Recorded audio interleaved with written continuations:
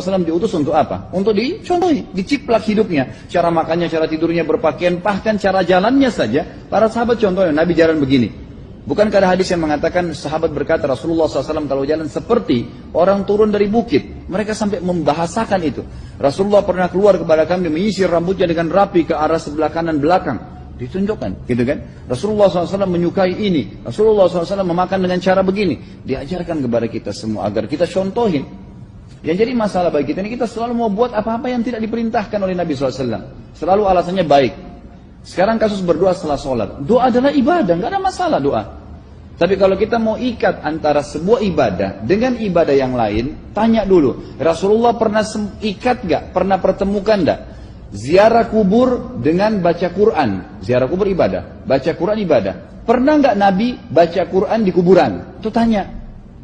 Nggak ada riwayat Nabi SAW pernah baca Al-Fatihah untuk orang mati atau baca di ayat Al-Quran. Datangkan dalilnya coba. Nggak ada satu hadis pun menjelaskan masalah itu. Lalu kenapa anda buat? Oh karena saya mau buat ibadah. Baik ibadah yang Nabi ajarin. Salam doain. Selesai. Jangan lebih daripada itu. Masa anda lebih pintar dari Nabi Muhammad SAW?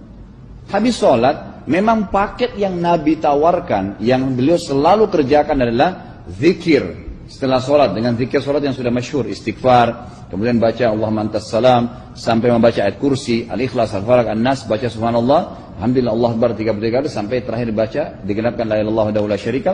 Selesai itu semua hadis Nabi SAW menjelaskan setelah sholat, Rasulullah SAW langsung berdiri. Memang beliau tidak pernah berdoa habis sholat waktu itu. Memang begitu. Bukan doanya yang jadi masalah, bukan. Karena Rasulullah tidak kerjakan, jadi kita tidak kerjakan. Saya tekankan dalam pengajian saya, kalau anda punya hajat berdoa, berdoalah setelah sholat ba'diyah. Insya Allah aman. Karena sudah lepas dari paket yang Nabi tentukan. Selama Rasulullah SAW sudah mencontohkan dan memerintahkan sebuah perbuatan, ditentukan tempatnya, jumlahnya, waktunya, jangan pernah dilanggar. Habis sholat bacalah subhanallah 33, alhamdulillah 33, Allah akbar 33. Jangan anda bilang saya bisa baca 100. Loh Rasulullah suruh 33 kok. Ditentukan, jangan lebih pintar. Nanti setelah sholat, jangan ikutkan dengan paket rangkaian sholat ini. Di luar waktu sholat anda mau baca 100 silahkan. Karena nggak ada penekanan di situ. Kalau ada penekanan waktu, tempat dan jumlah, jangan dibantah. Anda pengikut Rasulullah atau bukan gitu kan? Harus jadi jelas. Yang membuat umat ini di Indonesia juga jadi masalah sekarang karena mau buat sendiri. Semaunya sendiri. Kenapa akhi, kenapa Pak Kiai, kenapa Habib, kenapa Ustadz, kenapa buat ini? Bukankah Rasulullah tidak mencontohkan? Oh enggak apa-apa, ini kan baik. Loh, kalau semua orang berkata seperti anda, apa yang tertinggal dari agama kita? Kira-kira apa lagi yang tertinggal? Enggak ada kemurnian agama, karena semua orang mau buat semaunya. Gitu kan? Semaunya sendiri. Pindah rumah, baca berzanji. Apa itu berarti sejarah Nabi? Kenapa baca berzanji saudaraku? Rasulullah waktu pindah rumah pernah baca-baca gitu enggak? Enggak pernah. Kenapa dibuat? Anda muslim bukan? Muslim. Ya saya harus ikuti.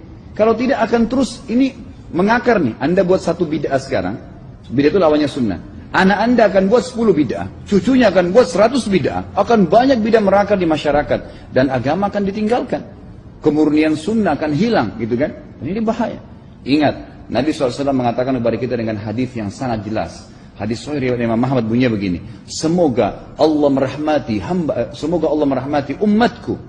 Yang menukil dariku seperti apa yang aku ajarkan atau sebutkan. Sampai ulama hadis mengatakan Nabi ucapin habis sholat astagfirullah, maka sahabat tidak ada berani menambah azim. Nggak ada sahabat yang bilang astagfirullah azim habis sholat, nggak ada. Astagfirullah saja karena Nabi ucapin itu. Mereka mengakui tidak lebih pintar daripada Nabi SAW. Kenapa kita harus tambah astagfirullah azim wali walidayya wali muslimin, panjang? Dari mana ini semua? Ditambah-tambah, diembel-embelin, kenapa? Akhirnya keluar dari ajaran Nabi Muhammad SAW. Ini masalah gitu kan. Kenapa harus dilakukan? Peringatan maulid Nabi sudah sering saya ingatkan. Anda tanya semua yang buat maulid. Kapan maulid itu sejarahnya ada?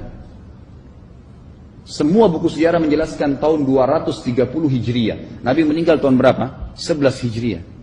Gitu kan? 11 Hijriah. Lalu kenapa harus ada dilakukan? Dan dari mana sejarahnya? Yang membuat pertama adalah orang-orang Syiah. Sejarahnya jelas dari Fatimiyah. Semua buku sejarah sepakat mengatakan bahwasanya maulid munculnya di zaman Fatimiyah. Dinasti Fatimiyah, orang-orang Syiah di Mesir, gitu kan? Dan mereka punya 6 macam maulid yang sampai hari ini masih dikerjakan di Iran. Ada maulid Nabi SAW, Hasan, Husain, Ali, Fatimah dan raja mereka.